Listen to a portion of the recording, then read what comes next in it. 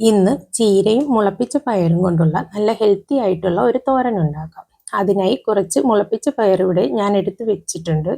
ഇതിനി ഒരു പാനിൽ കുറച്ച് വെള്ളം ഒഴിച്ച് സ്വല്പം ഉപ്പും ഇട്ട് വേവിക്കാം.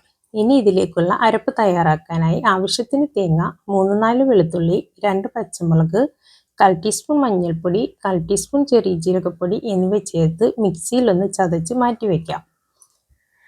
പയർ ഇവിടെ വേവാറായിട്ടുണ്ട്.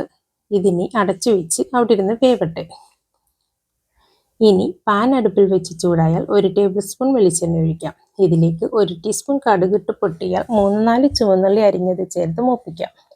ഇതൊന്ന് മൂത്ത് വന്നാൽ കുറച്ച് ചീര അരിഞ്ഞത് ഇതിലേക്ക് ചേർത്ത് ഒന്ന് ഇളക്കി ആവശ്യത്തിന് ഉപ്പ് ചേർത്ത് മിക്സ് ചെയ്ത് അടച്ചു വെച്ച് ലോ ഫ്ലെയിമിൽ വേവിക്കാം. ഇടയ്ക്കിടയ്ക്ക് തുറന്ന് ഇളക്കി കൊടുക്കണം. ചീര വെന്ത് വന്നാൽ ഇതിലേക്ക് വേവിച്ച പയർ ചേർക്കാം. ഇനി ഇത് കൂടി നന്നായി മിക്സ് ചെയ്ത് അരച്ചു വെച്ചിരിക്കുന്നത് ചേർത്ത് നല്ലതുപോലെ മിക്സ് ചെയ്ത് ഫ്ലെയിം ഓഫ് ചെയ്യാം.